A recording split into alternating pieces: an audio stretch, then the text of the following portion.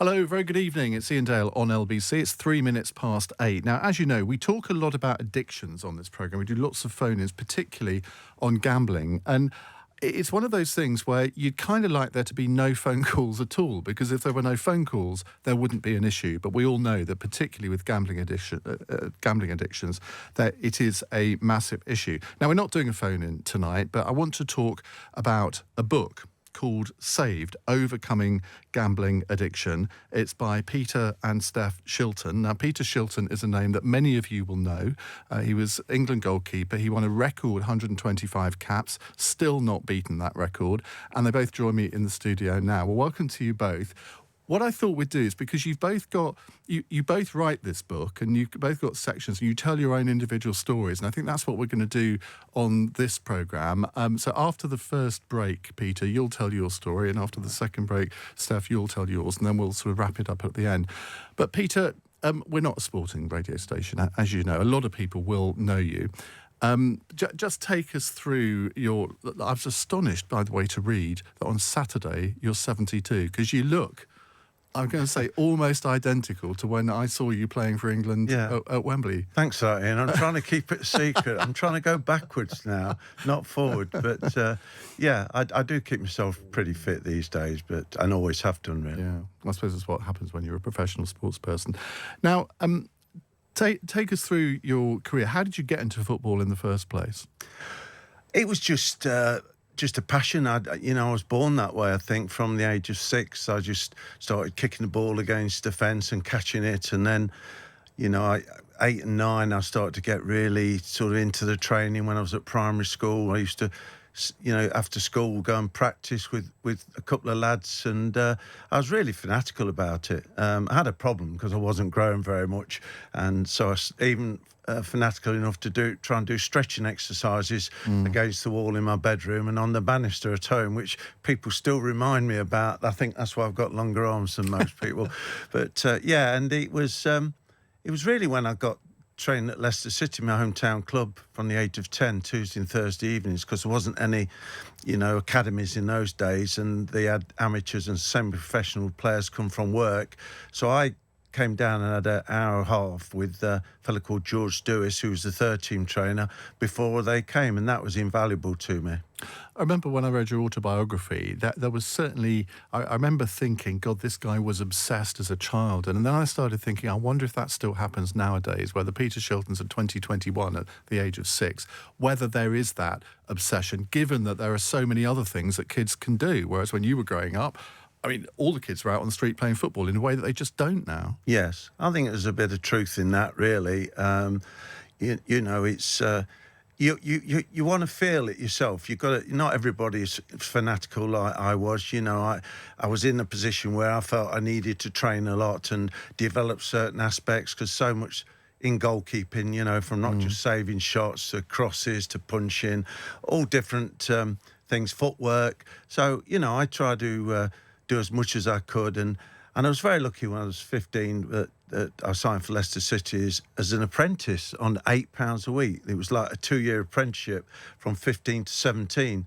And then if you were lucky, they signed you professionally. But I quickly got in the Leicester reserve team, and I was understudy to a fellow called Gordon Banks, who wasn't a bad keeper, but he was playing for England at the time. And when he went away to play for England, they didn't postpone the league matches. So I had about 4 games before I was 17 in the first team and did reasonably well. So, I signed professional, and that's when it all took off. When did you realise that you were a cut above the rest? I never looked upon myself like that. I just wanted to be as good as I could do, and age wasn't a barrier to me. I'd had a lot of experience playing in big games. I played for England schoolboys at Wembley in front of 90,000 people in those days, which was fantastic experience.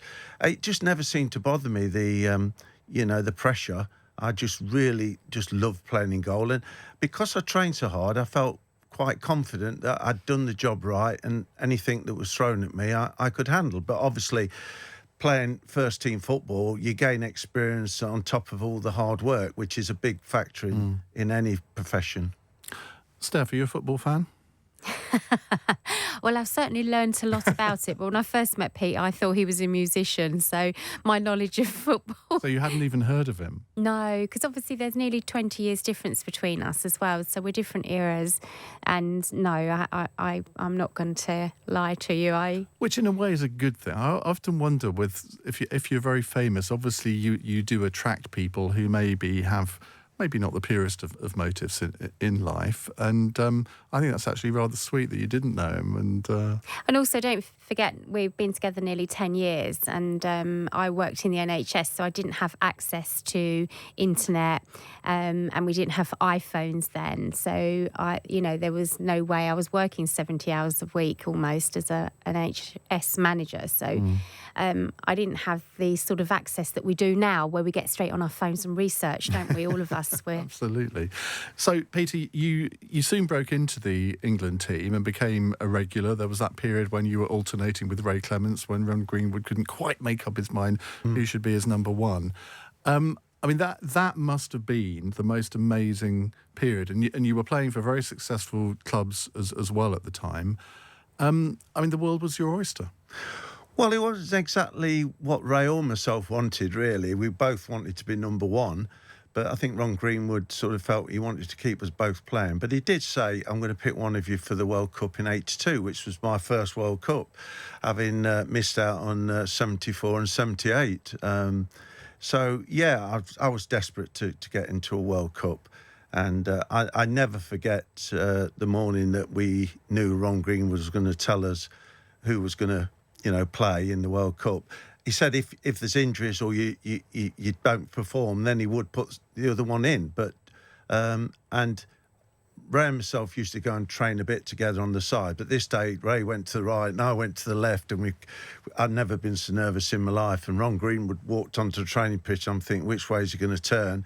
And he turned to Ray, because we were big friends. We roomed together for 10 years, but great rivals. And he just put his arm around Ray's shoulder, and Ray's head dropped. And I was although we're big mates, I was quite pleased, because I knew I was going to play in my first ever World Cup in 82. And I think it's absolutely fascinating that you and he were great friends, because is that typical among goalkeepers? Because in most Premier League clubs now, there are probably 4 goalkeepers, and there's usually one that is the number one. But there are clubs, in my club, West Ham, where you've got 2 first-class goalkeepers now, and you think, well, which one of them will play? Is it a sort of goalkeepers club, or it's a goalkeepers union? Real rivalry? That's what we call it, a goalkeepers union, because I've never really met any goalkeepers that I really totally disliked. You always seem to be, because of the position, you're vulnerable, and I don't know what it is, but I think goalkeepers are usually pretty nice fellas deep down, and we all know what a difficult job it is, and there's no point in if somebody gets in front of you, and you just got to work harder to try and oust him. So I think that's the nature of the position, really. Now, you're probably really bored with this question over the years, but I've got to ask you about the Maradona goal in 86. Yeah, 86, wasn't it? Yeah. You must have met him subsequent to that. Was it something you could ever forgive him for, the hand of God goal? Well, I don't like to be associated with that particular incident, because he sort of cheated and got away with it. And as far as I was concerned, although I was second going for the ball, I was still going to get the ball, which was my job done. A lot of people say, "Oh, he out-jumped you." Well, no, he didn't out-jump me, because he put it in with his hand. If he'd out-jumped me, he'd have headed it in. So, it's something I don't like, because my whole career, was sort of 30 years professional and 20 years with England, and and that was famous for all the wrong reasons. But no, I've never shook hands with him, and I'll tell you for why. Because I blame the referee and linesman. That's the first thing. I think they should have seen the incident. But VAR would have been quite good to have at that time. But he never really, sort of, for a great player, the greatest player I played against, he didn't sort of apologise or even admit to it. He sort of played it up a bit. And he always said he hated the English. And being brought up the way I'd been brought up as a sportsman, I think that would be the least he should have done. But he never did. And I said, look, along with 1 or 2 other England players like Terry Butcher, unless he apologised, we won't shake his hand. that's just the way we are. So I never did meet him again. Do you think back to that tournament and think, well, what if that hadn't happened, and say you had progressed after that match, it could have been another England win in the final? Yeah. Well, you can always say that. I mean, in '82 we were unbeaten in 5 games, let 1 goal in, and we got out because it was a league basis. So you're always thinking, what if? But obviously, he scored a great second goal. But it was the vital goal, the hand of God goal, and we nearly equalised in the last minute. So, that goal actually cost us the match. So, we were a little bit unlucky, I think. What was the high point of your football career? Well, I think playing in the World Cup semi-final in 1990 and being so close to getting in the final, which was always my ultimate ambition, was to win the World Cup. I think... We all remember where we were, apart from Steph, when that match was being played. I was at an insurance brokers conference in Nottingham covering it as a journalist, and we had 800 men watching this match in floods of tears. Yeah, I think the World Cup in Italy 90s is still very close to people's hearts. I mean, I did an event the other night for Steve Ball with Gaza in Wolverhampton, and there was 900 people there in this theatre, and it's still very much in people's hearts, that World Cup, and it was great. I think 125 caps for England. It's still got to be beaten, so that I'm very proud of. Do you think it ever will be? I think you can never say never in anything, but in the modern game, they play a few more games, so I would never say never. And I think to win 2 European Cups with a club like Nottingham Forest. I was always very proud of at Leicester, my hometown club, playing for England at all levels, right the way through to a full cap. But to win 2 European Cups was something very special for a club like Nottingham Forest. Now, Peter, in this part of the programme, I want to talk about your story in terms of what you've written about your gambling addiction. And I think one of the interesting things is that a lot of addicts, whether it's gambling or indeed anything else, often don't recognise that they are addicts. And tell us how you got into gambling in the first place. Yes.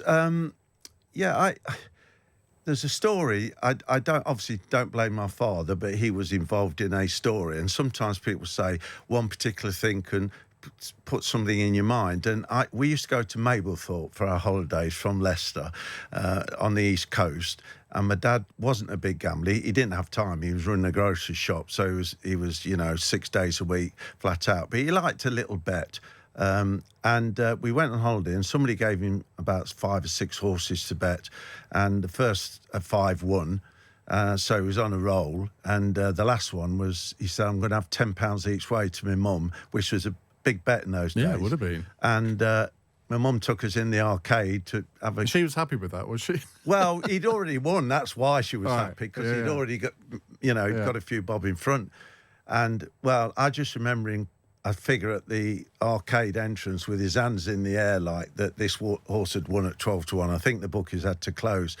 But typical of my dad, he gave all the money to my mum, and it was just that moment that sort of always sticks in my mind. But I think Did you feel that sense of euphoria that he felt then? Was it sort of almost transmitted into you? Well, it was it was great for the family, and I was only very young, but I think it's in your genes. It was always horse racing for me. It wasn't anything else really. I mean, I've like everybody, been to a casino occasionally and had red or black or something like that. But I always felt when you horse racing, I could study the form, get my racing, sporting life or racing post as it is now, and put some work in it and study. And it started out as a hobby. I was having a few bets here and there, and don't forget, this is not in the internet days. This is when there's probably 3 or 4 high street bookmakers and a few smaller bookmakers, and you'd phone up on the phone and have a bet, and you'd have a limit on your account. And what age were you when you started? I think, I was sort of 18, 19. I was just having a few odd bets, but obviously it gradually increased. And when I was sat at home, I realised I could have an account. Yeah. It was towards the late 70s, early 80s that I started to get on the phone, put a bet on and listen to the commentary, because that's how it was in those days. And is it also partly due to the fact that as a footballer, you train in the morning And you basically got the rest of the day free, unless you work for Pep Guardiola when you train in the afternoon Yeah. as well. But I mean, you have to fill your time with something, and a lot of people then fall into some unfortunate habits, maybe. Yeah. I mean, I was just totally football. That was, nothing interfered with football. I trained very hard. I wouldn't rush away. I'd do my extra training, which is what I normally did. But you're quite right in when you get home, you've got to rest. You shouldn't be going out. If you've got 2 games a week, you've got to recover physically, build up for the next game, and you need to rest. And you shouldn't be walking around a golf course or going for long walks and that type of thing. And of course, it's so easy just to sit there and read your form and then get on the phone and have a few bets. And of course, when you have a few losers, you tend to chase it. And, it's gradually increased to where it was becoming a problem. I was starting to lose. But like I say, in those days, you had a limit with a bookmaker. So unless you paid the money back, but you could have a limit with a lot of bookmakers. So there's always an opportunity to bet. And how much were you betting on average? I can't really remember. It was in the hundreds, It wasn't like sort of later on when, I'd be betting in the thousands, especially after I'd finished playing football. But no, towards the end of my career, I was betting in at least thousands, sometimes maybe 2,000, but not like the 20 grand or 30 grand. But when you're having a lot of bets, it soon mounts up. I mean, in the book, you say you once placed a £500 bet and won £33,000. On another, you had a £1,000 bet on a treble and you won £40,000. Now, by that stage of the addiction, did you still get that sense of euphoria when you won that amount of money, or was it a bit of a shrug of the shoulder? The thing with an addiction is that when you win, obviously you get on a high, but all of a sudden you think, well, I've got a lot of money there to play with. It's not, I will put that all in the bank, and that's the way it is. I mean, obviously you put it away, but your thought process is, I've got that to use. Because when you've got an addiction, if you've got £10, you'll bet 10. If you've got 100, you'll bet 100. And if you've got £1 million, you'll bet £1 million. That's the nature of the addiction. And of course, I gave it all back. I remember the 40,000 was with an independent bookmaker, and I'd only just opened the account, so I don't think he was very pleased. Yeah. But within a few weeks, as I say in the book, I'd obviously give it him back, and that's the nature of the addiction. Now, obviously, the money that you were paid by your club when you were playing was nowhere near what footballers get today. I mean, have you ever thought about what you would have done with the kind of money that they get now? Whereas, I mean, Ronaldo, what's he on at Manchester United now? Is it $500,000 a week or something?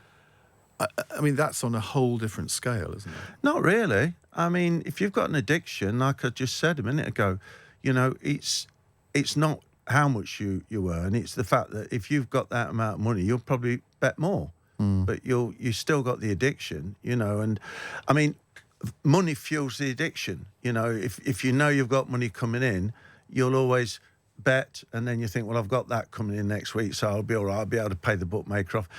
And in between all that, from my point of view, I was playing 2 games a week. At the end of the season, I was going on tour, that sort of thing. I mean, if I went on tour, I wouldn't bet because, I'm away with England. Sometimes you say, I'll have a little rest if I went on holiday, But I'd always be reading the paper and studying the form. So when I got back, I knew. And did your club mates or international teammates know what you were doing? Were there others that were doing the same thing? I think a lot of people understand. Oh, yes, there's quite a few players, big gamblers and, that type of thing. I kept it quite secret, I think Gary Lineker, my roommate for 7 years, he sort of knew, I think, because I think one day he always told the story that asked him to sit outside the bedroom because there was some racing on the telly and I wanted to watch this race, and we have a joke about it, but I think he probably knew a little bit more than most. Did you ever think to yourself, what am I doing? I'm spending all of this money. I'm losing all of this money. I did when I finished. Not before then? No, I mean, like I say, money fuels the addiction. You just carry on. It becomes part of your life. I know it sounds silly, but you wake up and you look at the winners and you think, I'm going to have these. But and sometimes you just, if you have a few losers or whatever, or a few winners, you want to win more, and it's just a circle that's going round. Do you have an addictive personality generally?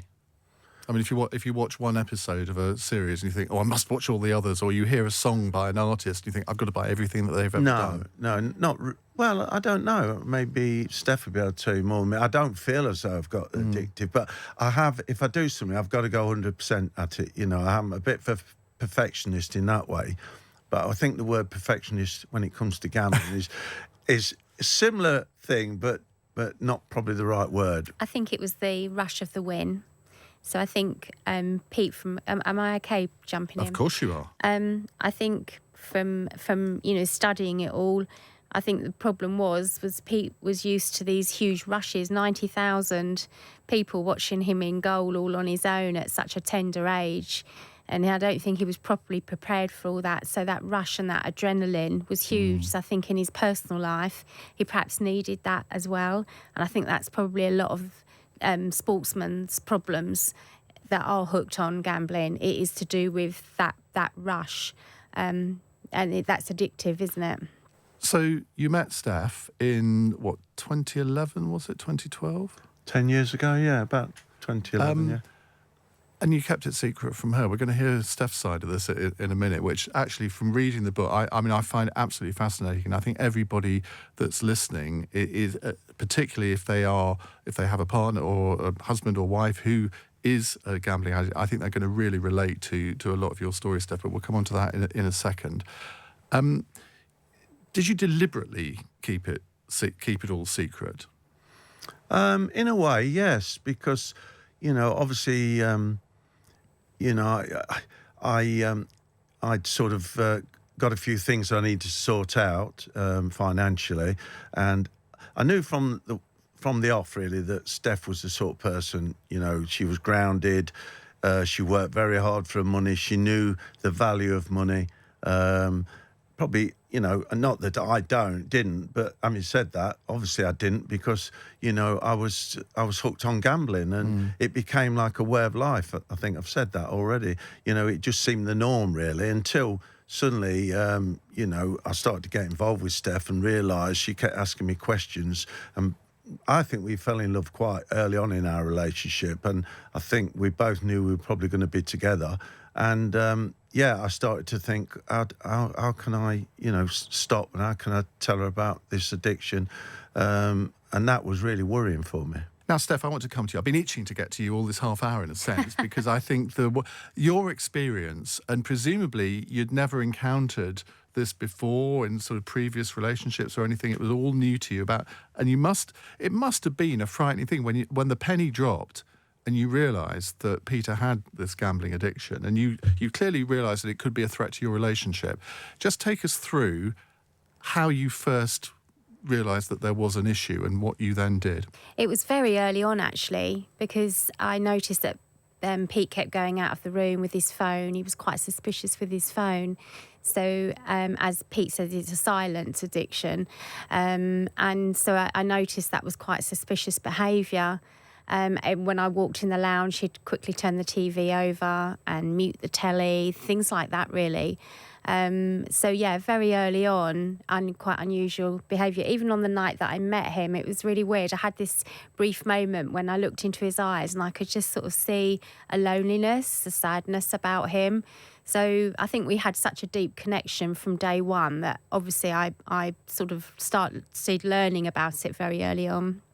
Because the natural thing when you think someone's being secretive is there must be another woman involved or something. But I did, because I took his phone. I said, my phone's not working. Can I just borrow your phone? Because I thought, I've got to find out what's going on. And I quickly wrote down this number that was being used a lot on his phone. And then I phoned it, obviously not in front of Peter, but I phoned it, and it was a betting company. So I found out quite quickly that he was gambling. And then I decided then that I would try and speak to him about that, because I noticed when we were going out as well, he was in a hurry to get back home, obviously for when the first race started, but I didn't quite understand that. And I always from day one encouraged him to be open with me, and sort of so he confessed that he did like a bet. And I said, oh, well, just please do it in front of me. I don't mind if you want to watch the horse racing. And that was the best thing I did, really, because from then on, I could then really monitor how bad the problem was.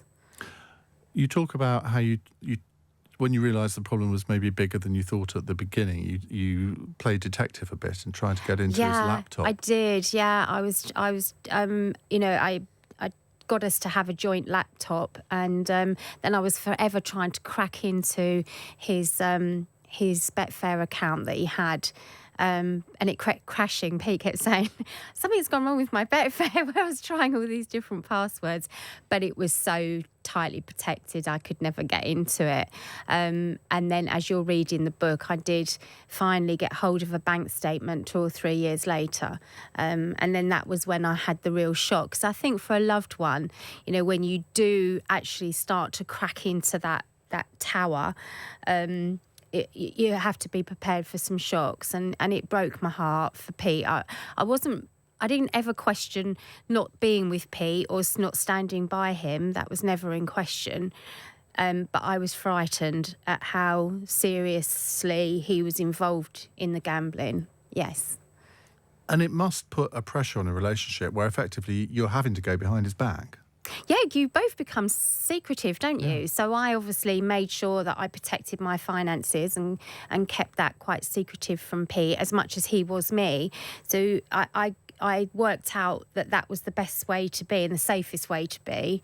And so, yes, you do begin to have this silent life. And I also felt I had absolutely nowhere to turn to, no one to talk to, because quite rightly so, a lot of my friends and family probably would have said, oh, God, get out of that, And that wasn't the answer. I was never going to run out on Pete. He needed help. And Did you think about talking to any of the gambling charities? I emailed the betting company because by then I had found out what his user ID was. Right. And I emailed them when I found the bank statement. I begged them for help. I said, look, this has really frightened me. He has got a serious chronic problem. And they came back to me and basically said that they couldn't discuss it with me, but to go to Gamblers Anonymous. And I just knew that wasn't going to... How could... Pete didn't even know he had an addiction. He was in complete denial. So by me sitting down and saying, hey, let's go to Gamblers Anonymous together, I knew in Pete's situation that was never going to happen. Do you see what I mean? No, I absolutely do. And I think this is the interesting thing in that it's very easy to say, well, why didn't you do this, that or the other? But everybody's situation is different, isn't it? And you knew him well enough to I was very secretive, and you get into your own little bubble. And I think, I wasn't very happy. I was in India when Steph opened my mail up and suddenly realised, I think you said I'd lost 18,000 in that month, didn't you? But then it was out in the open, and, it's kind of, well, let's see how it goes sort of thing, because I wasn't sure, that I could give up. I was starting to get feelings about it, I know Steph worked, she's been in the NHS and she called it an illness, which helped because I suddenly didn't, oh, hold on a minute, I'm not an addict, I'm ill, and that helped, which I think is true. I think it's very true. But, she started doing things like, I had the Racing Post, and she said, oh, is that the losing post? And everything to do with when I was with gambling, oh, you're losing again. And trying to be a winner in football, I suddenly started thinking, I am a loser. That was a lot further down there, wasn't it? Because the line, investigating took quite a long time. So that was more towards the end. But being the investigator is very difficult. But you're reading the book. I did give Pete's dad a promise because Pete's dad was the only one I ever properly spoke to about it. He spoke to me right at the early on in our relationship. So he knew? He knew, and he said to me, my son, he talked to me in confidence, my son has a problem with gambling. And I said yes, and I said, I promise you that I will get him to quit. And he squeezed my hand, and I'll never forget it. He said to me, I do believe you will. And I said, I will. And so that sort of spurred... You're making me tear up now. I'm sorry. That spurred me on. And he always said to me, go forward and take control. Just take control and do whatever. and this really will get to you, because what was so amazing was a few weeks after Pete quit, his dad was passing away, and we went to see him, and Pete had one hand and I had the other, and I said to him, he's done it. So he died that evening. So I managed to tell him that Pete had quit. and I gave that promise, and that kept me strong in the darkest times, you know, that I promised his dad, and I knew that's what his dad wanted more than anything. But I mean, you have shown such a strength, because there would have been many people, male or female, who would have just not persisted, just given up on the relationship and just thought, this is too difficult, I can't cope with this. There was dark times. I'm not going to say, oh, we ran into the sunset and I coped brilliantly. There was times when I cried myself to sleep at night. There was tough times, don't get me wrong. But I knew I wasn't going to quit on Pete, because he needed someone. And was it the discovery of the bank statement that came in the post? And I think you said you put it on the mantelpiece for 3 days, looking at it and thinking, I can't do this, because it would be a betrayal in a sense. It was a huge intrusion. But you had to do it. And was that the moment that did you confront him over it? Well, he was in India for 3 weeks at that time, wasn't he?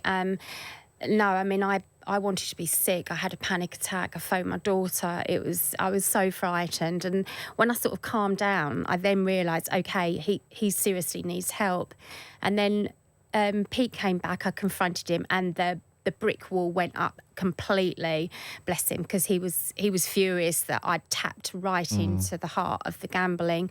And then it was ironic, because a couple of months later, I suffered a miscarriage. 2 or 3 months later, I suffered a miscarriage. And Pete was just amazing. He nursed me for about 3 or 4 days. And I noticed that he didn't even look at the racing post. He didn't go onto the laptop. So all of a sudden I could see this sign that this man could do this. He could do this for me. I saw that as a sign. And was that really the first light at the end of a very long tunnel? Yes, that was, as you'll read in the book, that really was my turning point. Then I felt quite empowered, that I think, he had the strength to do it. But opening the mail from while he was in India was a dark time. I think opening the mail and confronting me was and the way you did it, and it's always about the way it's done, and there is a right way and a wrong way to confront people. But Steph, with her NHS background and used to be in a baby's unit with, because that's when I started saying to you, Pete, you're not well, and I think you're ill. The wall started to crack. I started to realise that, hold on a minute, you're not Mr Impossible. You do need help somewhere along the line. It was hard, but that was the start of it, I think, that I started to doubt myself and think about, and also, what am I doing? You'd say things like, I really want to take you to Barbados one day. And I'd say, well, the whole time you're gambling, Pete, we're not going to do that, are we? So I would just plot little things like that as well, so that...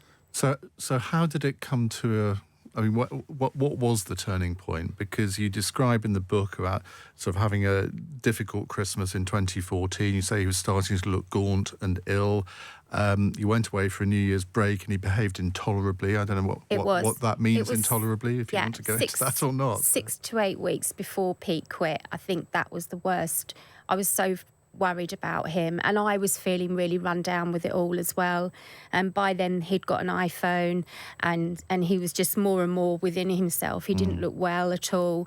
And yes, we'd gone away for a New Year break, and unbeknown to me, New Year's Day is one of the biggest horse racing meeting days of the year. So he was pretty miffed over that as well. And it was really just coming completely between us. Things were really breaking down. And I think Pete could see that. I actually broke down in front of him for the first time. And I think you saw that, didn't you, Pete? And you were coming to the end. Your well-being was really being affected, wasn't it? Well, it was. The cracks were starting to appear in for myself in terms of that wall, and I started to doubt myself and look at myself and start to... what's the right word?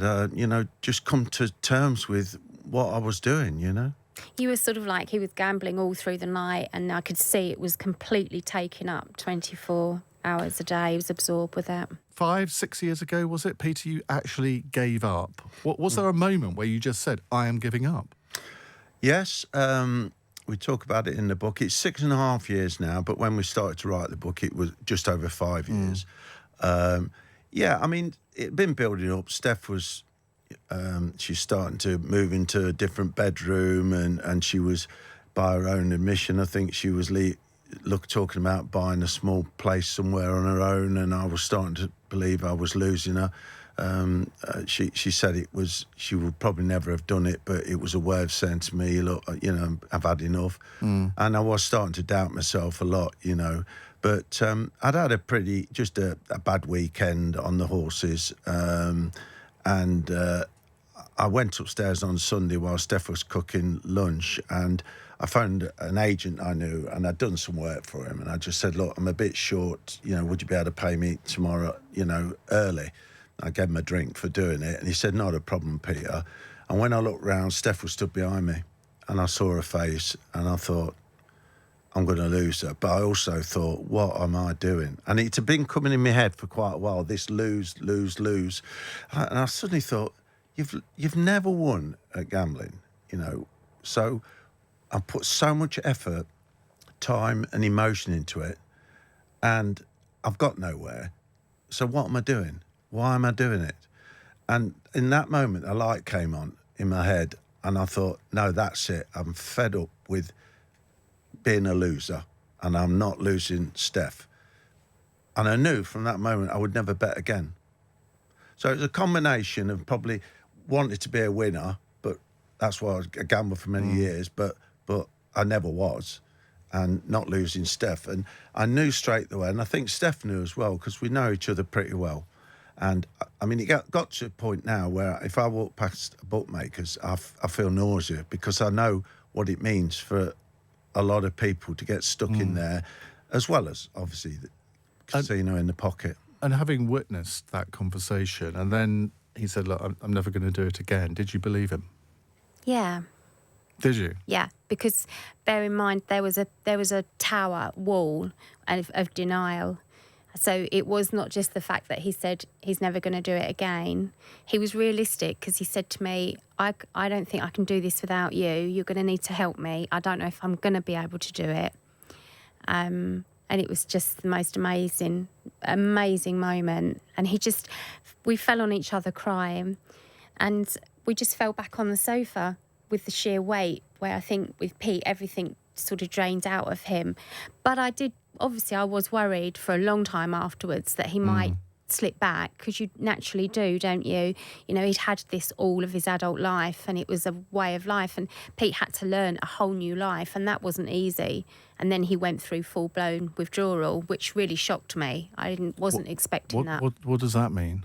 He for the first week, Pete doesn't even really remember much of that week. No, it was kind of normal to me. Steph said I was having night sweats, which I've had, on and off. I mean, sometimes you get that, but to me it was quite normal to, be a bit hot in the night. And she said, I wasn't eating as much as you had insomnia. Yeah, and I mean, those are things that I say in the book that I sometimes. When I was living on my own, not with Steph, and I was staying up till 3 a.m, doing, once the racing had finished, I'd do an Australian racing. I was on my own, split up from my ex, and I got a right few bob in front, and in one night I lost a lot. And the next morning I woke up, and this is what's happened to a lot of, while I'm in that moment, I'm buzzing, I'm in it. And when I woke up, I went to bathroom. It wasn't the first time, and I was physically sick, which for me, being a strong person, if you said that to any people who played with me, oh, Shilts wouldn't do that. Because I knew that I'd made a mess of it. But then, you think, oh, I'll get it back today. And that's the process you go through. That's really interesting, because I have to say, I've never heard of withdrawal symptoms like that. I mean, I imagine it is incredibly difficult not to be tempted with the withdrawal again, symptoms, Pete, we had to replan his whole life, and he didn't know what to do. He didn't know how to start it.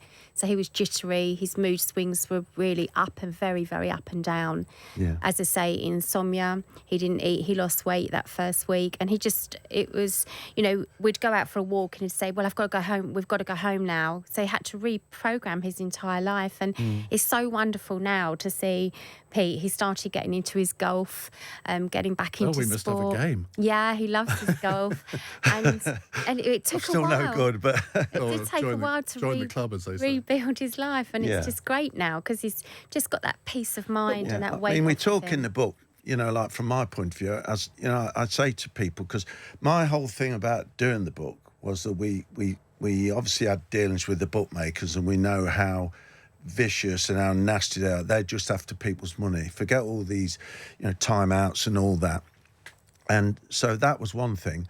But we learned that people were committing suicide. Now it's 650 a year now, I think, committing From suicide. gambling addiction. Yeah, and I spoke to Charles Ritchie, who runs Gambling with Lives, and they lost their son Jack, who was in his mid-20s, and he'd actually given up gambling, but he went abroad and kept getting these pop-up adverts and free spins, and he started again and lost everything and realised. He said he committed suicide because he couldn't get rid of gambling out of his life. Yeah. And that's the problem. And isn't it? my reason was, look, I did stop with the help of Steph, and I did conquer it, and I do know the ins and outs of it. I've been through it, so I'm saying to addicts, look, and I do know, I say in the book that you have to do certain things as well as just give up. So that's my side of it.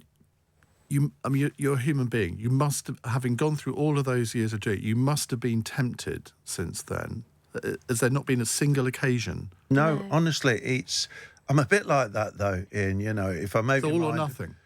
All or nothing. But I'd thought quite a few times before that I ought to give up. And maybe I tried for a week, but I don't know whether it's I've got a reason to give up with Steph, but I do know that whatever happens, I would never bet again or gamble again. I think he reached the end.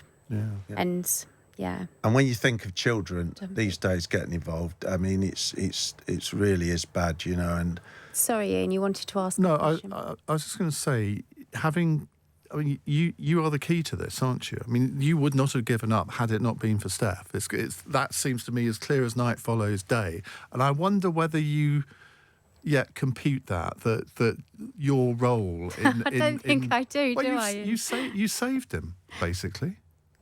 Do you ever think... Funny, that's do you the think name of the book as well. Well, indeed. But do you ever think what you might have become had you not met Steph in that? Yeah. What was it, in a lift, wasn't it? At a awards dinner or something? Well, the first part, doesn't it? It's about faith, isn't somebody it? up there was looking down on us, or on me, that how we met, and I do think that it was meant to be, and I just hope that somebody up there was saying, look, Peter, you've done a lot of good in your life. Now's the time to stop being an idiot and get on with your life. I just think with Pete, when I met Pete, he's just such a lovely man, and he's achieved so much in his life that he deserved to live his personal life with peace of mind, and everyone wants that and needs that and should have that, shouldn't they?